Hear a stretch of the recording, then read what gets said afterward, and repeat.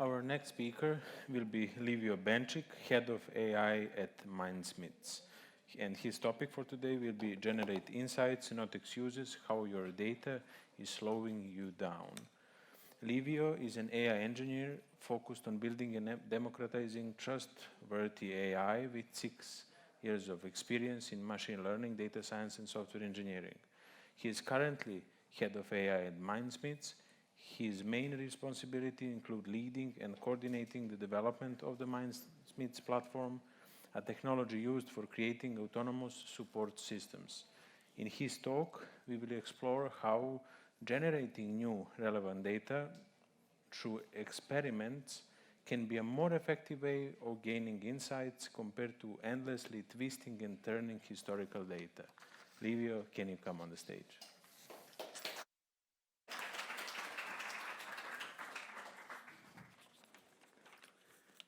Thank you for a very nice introduction. Wow, what a crowd. You have some places here if you want to sit. So I'm Livio, I'm head of AI at Mindsmiths, and today I'm going to be talking about how your data can actually hurt you. And I have no idea which version of presentation I'm using, so we're in for a ride, both you and me. Okay, so let's start. Before I start, actually, how many of you, let's do a show of hands, how many of you are working on a product that uses some kind of data?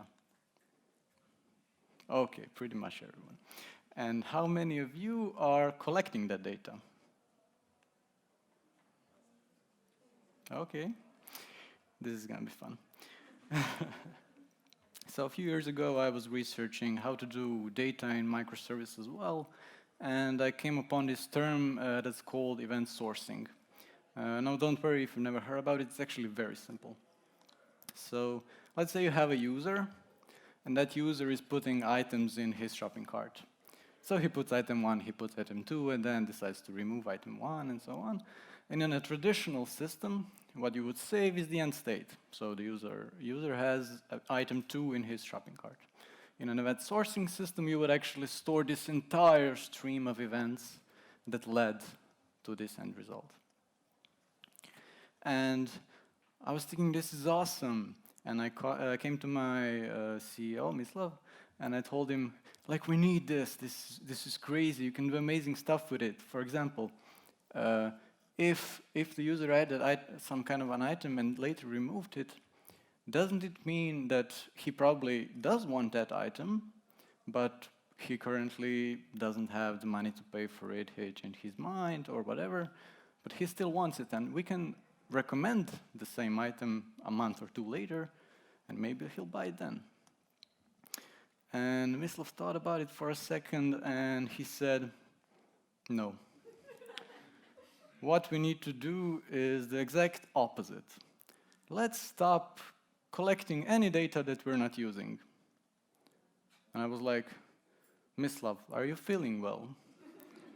That's crazy. Why the hell would we throw away valuable data?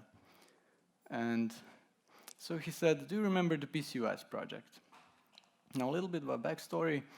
5 or 6 years ago, we were working for a health tech startup in Berlin, and they have this period tracking app. Some of you may recognize it. Yeah, okay.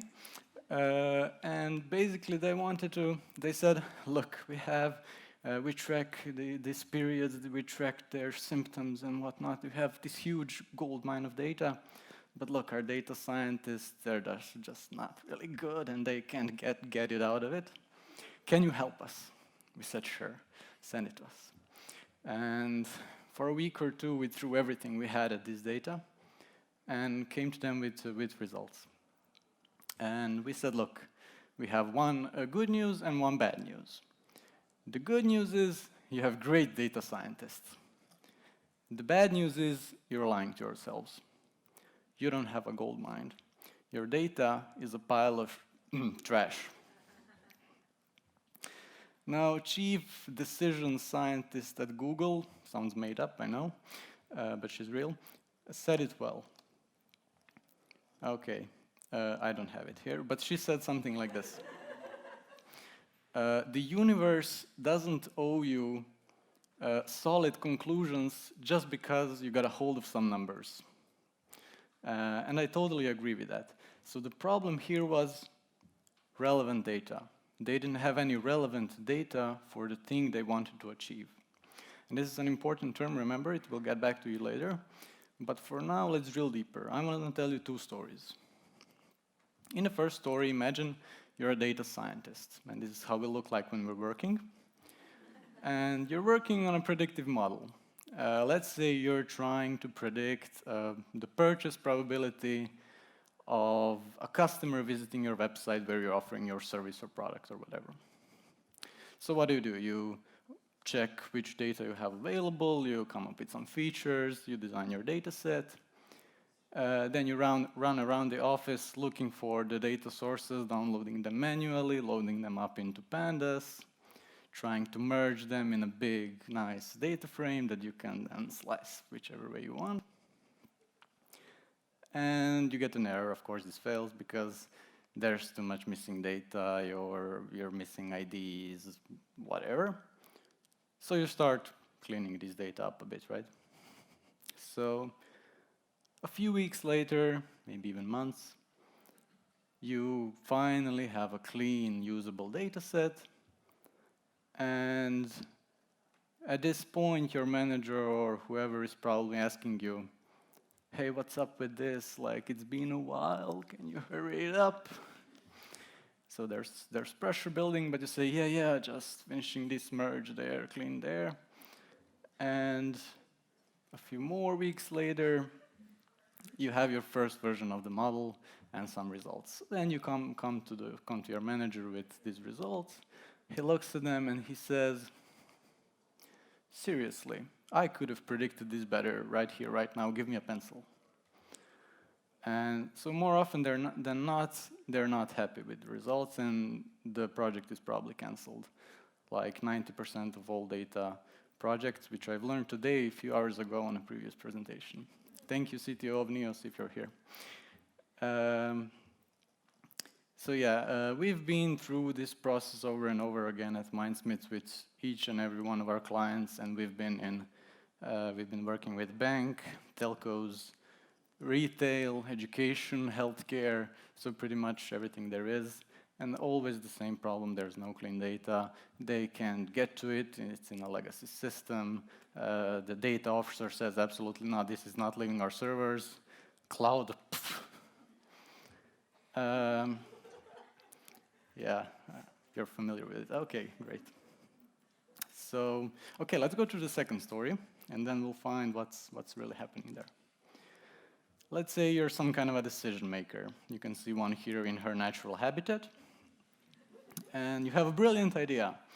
So you ask your data analyst, can you please verify this and this, your assumptions, so you can like pitch your idea to the rest of the stakeholders. And most of the time he or she will say, no, I don't have such kind of data. But if you're lucky, he'll say, okay. And so a few weeks pass, and then you're the one asking for, hey, what's up with this? Can you hurry it up? And they say, yeah, just having trouble merging, cleaning, getting, whatever, some kind of an excuse. And finally, a few weeks more, you get the results. And they're totally wrong. You know that because you know your numbers, this can be right, makes absolutely no sense. So you ask them to check it. And they realize they forgot to exclude blocked users, include revoked purchases, I don't know. The thing is, data analysis is hard. And I can say this from personal experience. There's a million variables you have to account for. Blocked users, revoked purchases. Some users joined later, and this has an effect on your KPI. Some features were recently introduced, so you don't have data before then. There were data migrations, so midway the data changed. All kinds of things. And a few more weeks pass, and you finally get the real results. Maybe. They look real. So you start lobbying for your idea, and a few years down the road, you may even live to see it. So does any of this sound familiar? Transforming data over and over. I see some nodding, okay. What do these two stories have in common? It's the lack of relevant and clean data. I saw this tweet a few days ago and I decided to put it in at the last minute. It became a meme, actually. So programming 10% writing code, 90% debugging, data analysis and ML 1% writing, 9% debugging, and 90% figuring out what the hell is wrong with this data. So clean data. In the last 2 decades, we've been accumulating huge amounts of data. We call it big data. We've been amassing everything we have, every event, everything the user has done, everything we have done, everything we can. And we're building a system to support it, right? So this big storage system, big data analytics processing systems. And many speakers before me have talked about this and have presented the challenges that come with big data. So I don't want to go into that. But I would argue most of our problems isn't really there. We don't want big data. All we want is simple, actionable insights. What's the best thing that I can do right now? Data is not gold. Data is a tool. Information is gold. You need the right tool to get the right information. Clean and relevant data. So why are we still doing this? Why are we still collecting these huge amounts of data? It's the fear of missing out. It's the same feeling I had when Mislav told me to throw away everything we're collecting. Now, you would argue, surely it sounds crazy, like you're starting on a new project and you have this huge amount of data next to you. Surely it would be crazy to ignore it and like start with nothing. But the insights you want may already be in there. It's like digging in sand with your bare hands, looking for oil next to an oil rig, right? So maybe, but I would argue it's more like digging with your bare hands, building a sandcastle next to a guy shoveling things in the sewer. And I think this is how most of our big data looks like now, years after decomposing and whatnot. How many of you have some kind of a legacy system? Not that many of you, lucky birds. Of you that have raised their hands, how many of you would want to build a new feature or a new idea on that legacy system? You're crazy, okay. So no one, of course, because it's slow, no one wants to touch it, what if it breaks? And why would we use our legacy data and do the same? The effects are the same. It results in slowdowns, mistakes, and ultimately failed projects. So sometimes, not always, it's just better to start clean. Start collecting data from scratch. Now, there's one more extremely important benefit of starting clean, and that's freedom. You may laugh, but don't underestimate this. Freedom to break away from this box of this is the data that you have, stay within these lines, please don't go poking around holes in it. And when you finally manage to break away from this is my data, this is all I have, I cannot do anything else, you will unleash your creativity, which will unleash your innovation, which are both crucial for those amazing big projects that we actually want to work on. I hope. At least I wanna. So, also, I would argue one more thing from my personal experience. The problems that are most worth solving seem to have no data. There doesn't exist any such data. We can talk about it later if you want. So, what do we do instead? I'll show you what we do at Mindsmiths. I don't think it's a silver bullet, but I hope it will help maybe some of you in your own fights, battles with data. So everything starts with an idea, whether it's based on your intuition, whether it's based on some numbers, analytics, whether it's based on talking to your customers, which I highly recommend. It's very underused. So everything starts with an idea. Let's go back to the example of predicting the purchase probability of a user visiting your website. The idea is to improve the conversion rate, so improve the purchase probability, but you don't have infinite resources. You can proactively reach out and improve this conversion to only a small subset of people. So you want to predict those probability and focus on the most important leads, right? Let's say. What's the next step? The next step is we need to define or find which signals can tell us when we've achieved this task. So signals in our example would be, is the user interested in our product? Is the pricing acceptable to him? Does the competition offer anything better? Unfortunately, we cannot know these things, we cannot measure them. So we'll define metrics. And metrics are things we can measure that approximate these signals. For example, how many times has the user visited our web page? Has he visited the pricing page? Has he used the contact form? How long has he hovered his mouse around the buy button? You can get crazy. You can use your imagination here, your creativity, and later on you'll figure out which features work, which features or metrics don't.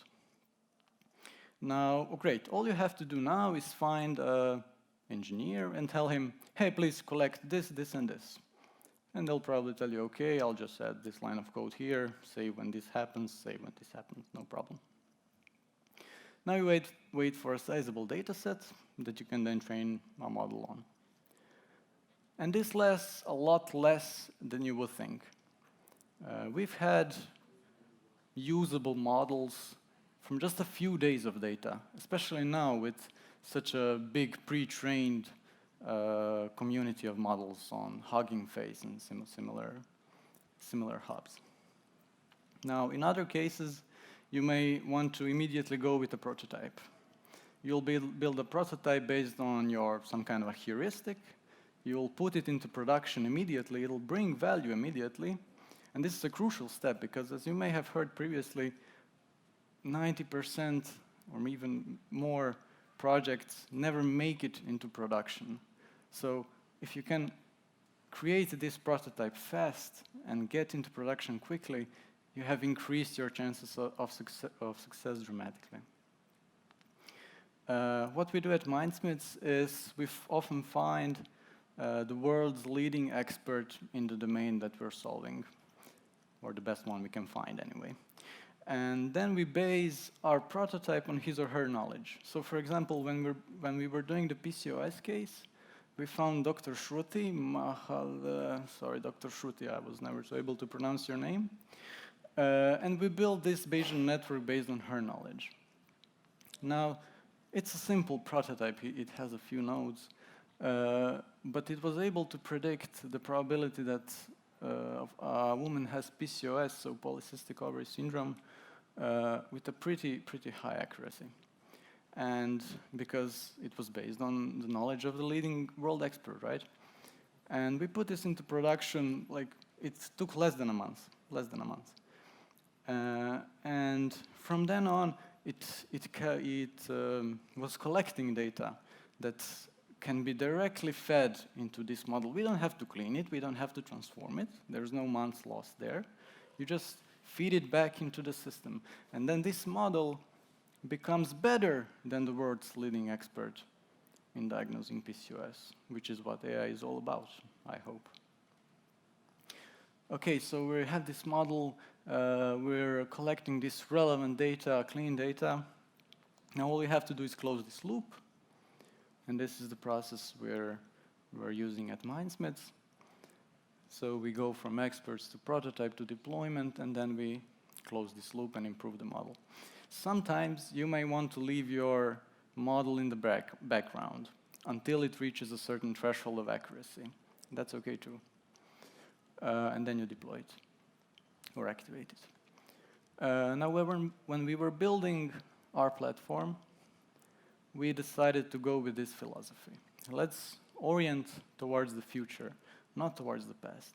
Let's make doing experiments easy instead of transforming data endlessly around and around.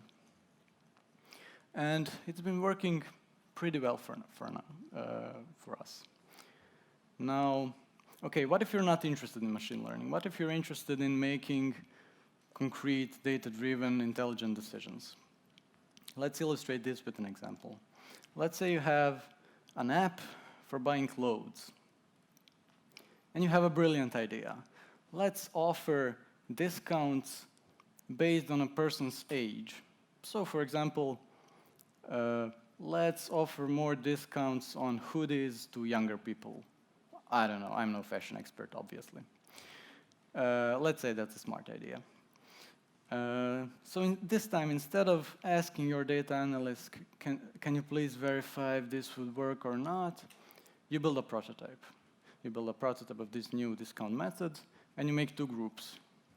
One group will get the old discount method, new group will get the new discount method, and all you have to do now is track their behavior over a few weeks, few months, and you have concrete, convincing evidence whether the idea works or not. The best thing about this is you can do many of these experiments in parallel at the same time, instead of waiting for your data analyst, which you'll have only a few or whatever, to do one thing at a time. Now, this method is called A/B testing, and all of you probably have heard about it, but I bet you're not using it enough. If you want to learn more about defining good metrics or testing this, you can read this blog. You can find me later. I'll send you the link. You don't have to write it down. Or you can read the Lean Startup book, which is not just for startups. It's great for medium and large-sized companies too. And I think, oh, okay. Yeah, that's the book. So let's conclude. In the end, it turned out that Mislav wasn't crazy, which is always a good thing to check for your CEO. So what are the key takeaways? What I'm proposing is we should collect data purposefully. I'm not saying don't collect data. You can collect data, but collect them for a purpose. If you know that in 6 months you'll want to do this and this, you can decide what you're gonna use, which features and metrics you're gonna use 6 months before, and start collecting them. And I'm not saying you cannot do that. So feel free to throw away data that you're not using. It's not only holding you back, it's also slowing you down. And you may also save a few bucks and make your CFO happy. The second thing is that I think we should use our creativity a lot more than we are currently using it. Break away from this box of this is what's possible, this is the data that we have. Use your imagination, look for those signals, invent your own metrics, and start collecting them. You'll see immediate results. I'm curious how each of your products would look like if your full creativity was unleashed. Thank you very much.